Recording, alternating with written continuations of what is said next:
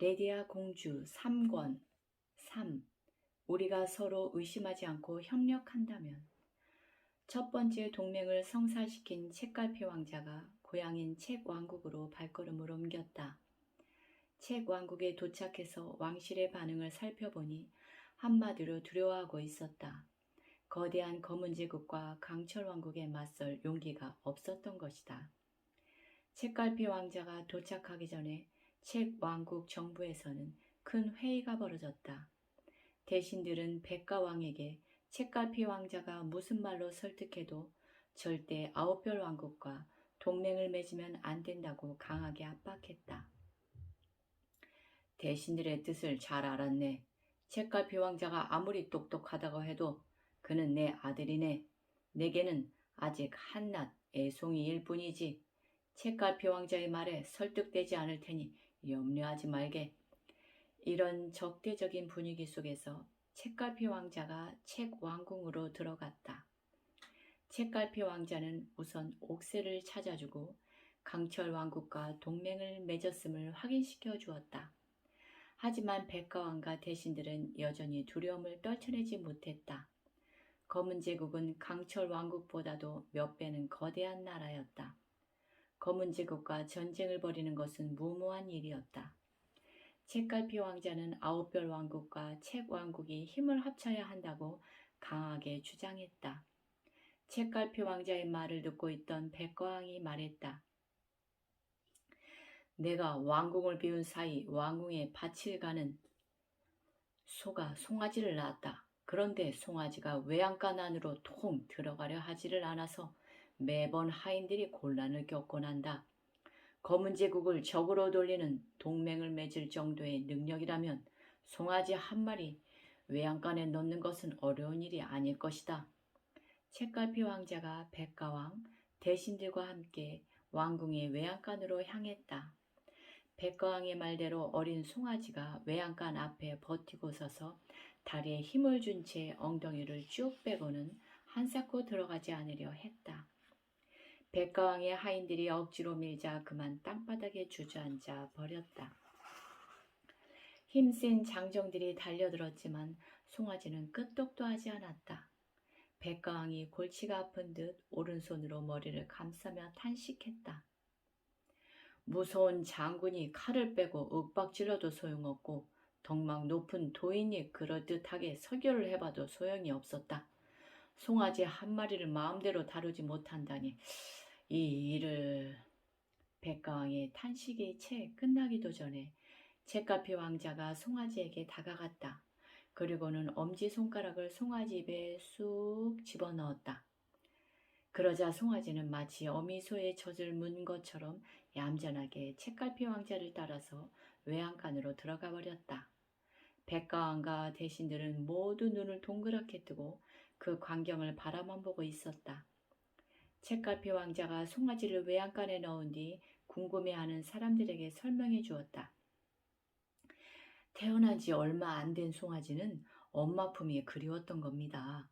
어미소는 늘 왕궁의 밭을 갈기 위해 송아지 옆에 없었기 때문에 송아지는 혼자 외양간에 들어가기 싫었을 뿐입니다. 어미소를 송아지와 함께 있게 해준다면 송아지는 더 이상 말썽을 부리지 않을 겁니다. 그토록 애를 먹이던 못된 송아지가 책갈피 왕자의 말을 순순히 들은 이유를 알게 되자 사람들이 모두 고개를 끄덕이며 책갈피 왕자의 지혜로움에 감탄을 금치 못했다. 책갈피 왕자가 백가왕과 대신들에게 우화 하나를 들려주었다. 들소떼가 호랑이와 마주쳤습니다. 들소들은 즉시 빙 둘러서서 머리를 밖을 향하고 송아지들을 원형 안으로 몰아넣었습니다. 들소들의 강한 불에 받친 호랑이는 좀처럼 원형 진을 뚫지 못했죠. 그런데 유독 엄마 들소 한 마리가 새끼를 데리고 밖에서 배회하는 것이었습니다. 다른 들소들이 일제히 외쳤습니다. 빨리 이리 와. 우리 모두의 일이잖아. 하지만 엄마 들소는 심드렁한 표정을 지으며 중얼거렸죠. 나 자신도 돌보기 힘든 판국에 언제 집단의 일에 신경을 쓰겠어? 그리고는 자기 새끼를 데리고 냅다 산 골짜기로 뛰었습니다. 그러자 원형 방어막을 뚫을 자신이 없었던 호랑이가 그 들소들을 뒤쫓았습니다. 엄마 들소는 호랑이에게 잡아먹히면서도 왜 자신이 화를 입어야 하는지 끝내 깨닫지 못했습니다. 들소 2마리를 맛있게 먹은 호랑이가 말했죠.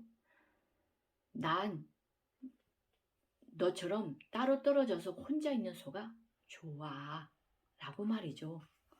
책갈피 왕자의 말을 들은 백가왕과 대신들은 아무 말도 하지 못했다. 9별 왕국이 무너지면 다음은 반드시 우리 차례가 될 겁니다. 9별 왕국을 돕지 않으면서 안전하리라는 생각은 버리세요. 우리는 이웃나라와 함께 힘을 합쳐 들소처럼 원형진을 짜고 호랑이에 맞서야 합니다. 우리가 서로 의심하지 않고 협력한다면 검은 제국은 감히 우리를 넘보지 못할 겁니다. 구구절절 맞는 말이었다. 가장 두려운 상대였던 강철 왕국이 동맹에 가담했다는 소식도 결정적인 역할을 했다. 결국 백가왕은 동맹에 가담한다는 문서를 만들어서 책갈피 왕자에게 넘겨주었다. 책갈피 왕자가 비단 왕국으로 떠나자 대신들이 백가왕에게 물었다.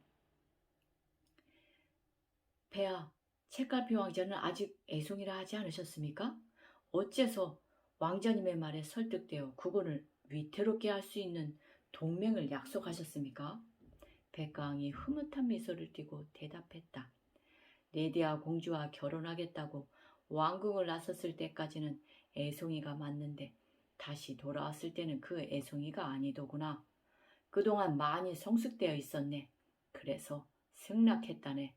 책갈피 왕자가 마지막 목적지인 비단 왕국을 향해 길을 떠났다. 강철 왕국, 책 왕국이 9별 왕국의 편에 섰다는 소식은 이미 비단 왕국 전체에 퍼져 있었다. 비단왕은 내심 동맹에 가담하고 싶었지만 말을 바꿀 명분이 필요했다. 그는 책갈피 왕자에게 어려운 과제를 낸 후에 그가 해결하면 그 핑계로 동맹에 다시 가담할 작정이었다. 비단 왕국에는 장사에 실패해서 빈민이 된 사람들이 모여 사는 마을이 하나 있네. 그들은 사업이 망하는 과정에서 사람들에게 수없이 배신당하고 거절당하고 빚 독촉을 받아본 경험이 있어서 누구도 믿지 않고 아무와도 협력하지 않는다네. 그 사람들을 단 한 번이라도 단결하게 만든다면 나도 동맹에 두말하지 않고 가담하겠네. 인간에 대한 불신으로 똘똘 뭉친 마을 사람들의 마음을 하나로 뭉치게 하는 것은 비단왕도 할 수 없는 일이었다. 레디아 공주가 알려준 묘수는 이미 강철왕에게 다 써버린 상태였다. 책 왕국을 설득하는 일처럼 이번에도 책갈피 왕자 혼자 지혜를 짜내야 했다. 그는 레디아 공주가 입버릇처럼 하는 말을 되새기며 생각에 잠겼다. 손으로는 레디아 공주가 준 향신료 주머니를 만지작거렸다. 빛을 담은 생각, 말, 행동을 하자. 내 안에는 안팎을 한 번에 꿰뚫어보는 우주의 황금눈이 이미 있다. 그 눈을 뜨기만 하면 모든 경계를 일시에 허물 수 있다.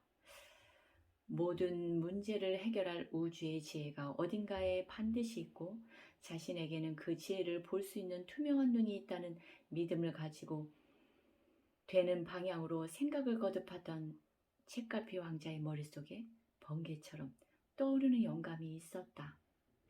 책갈피 왕자는 한 걸음에 빈민촌으로 달려갔다. 대낮이었지만 주민들은 문을 꽁꽁 잠그고 살았다. 이웃끼리 마주쳐도 웃으면서 인사를 나누기는커녕 보고도 모른 척 하기 일쑤였다. 책갈피 왕자는 마을 한복판에 서서 향신료 주머니를 손에 들고 큰 목소리로 외쳤다. 내게 마법의 가루가 있소이다. 이 가루를 끓는 물에 넣기만 하면 세상에서 가장 맛있는 죽이 됩니다. 모두 모여서 공짜로 세상에서 가장 맛있는 죽을 먹고 가십시오. 병도 치료하고 기운도 솟아나게 하는 신비의 죽입니다. 마법의 가루로 끓이기 때문에 천하에 비교할 음식을 찾을 길이 없습니다. 마법의 가루로 만드는 신비의 죽을 공짜로 나눠준다는 말을 들은 마을 사람들이 빠짐없이 책갈피 왕자의 주변에 모여들었다. 책갈피 왕자는 실제로 큰 솥에 물을 붓고 향신료를 넣은 다음 신나게 끓이기 시작했다. 잠시 뒤 그는 숟가락으로 국물을 조금 떠서 맛을 보았다. 책갈피 왕자가 아쉽다는 표정을 지으면서 말했다. 감자가 몇 개 들어가면 최상의 맛이 날 텐데. 이 말을 들은 야채 가게 주인이 말했다. 감자라면 나에게 충분히 있습니다. 감자를 가져올 테니 신비주기 만들어지면 잊지 말고 내게도 한 그릇 주시오. 책갈피 왕자가 고개를 끄덕이자 야채 가게 주인이 가게로 달려가 커다란 자루에 감자를 가득 담아왔다. 책갈피 왕자는 충분한 양의 감자를 솥에 넣고 다시 끓였다. 잠시 후 그는 다시 숟가락으로 국물을 떠서 맛을 보았다. 역시 끝내주는군. 조개가 약간 들어가면 더 바랄 것이 없겠지만. 그러자 이 말을 들은 수산물 가게 주인이 달려가서 조개를 듬뿍 가져왔다. 이런 식으로 책갈피 왕자의 말이 끝날 때마다 마을 사람들이 달려가 죽을 만들 때 필요한 재료들을 갖다 주었다. 마침내 솥에 맛있는 죽이 가득 끓여졌다. 그는 마을 사람들에게 죽을 골고루 나눠주었다. 여러 사람이 제공한 신선한 재료에 레디아 공주가 준 향신료까지 더해졌으니 맛이 있을 수밖에 없었다. 마을 사람들은 각자 가진 것을 모아서 끓인 죽이 혼자 끓이는 죽보다 훨씬 맛있다는 것을 깨닫고 놀라움을 금치 못했다. 이후 집집마다 꽁꽁 닫혔던 문이 활짝 열렸다. 또한 마을 사람들은 맛있는 음식을 서로 나누어 먹을 줄도 알게 되었고 이웃을 만나면 다정하게 인사도 하기 시작했다. 이 소식을 들은 비단왕은 지체 없이 동맹을 맹세하는 문서에 서명하고 이를 책갈피 왕자에게 건네주었다. 감사합니다.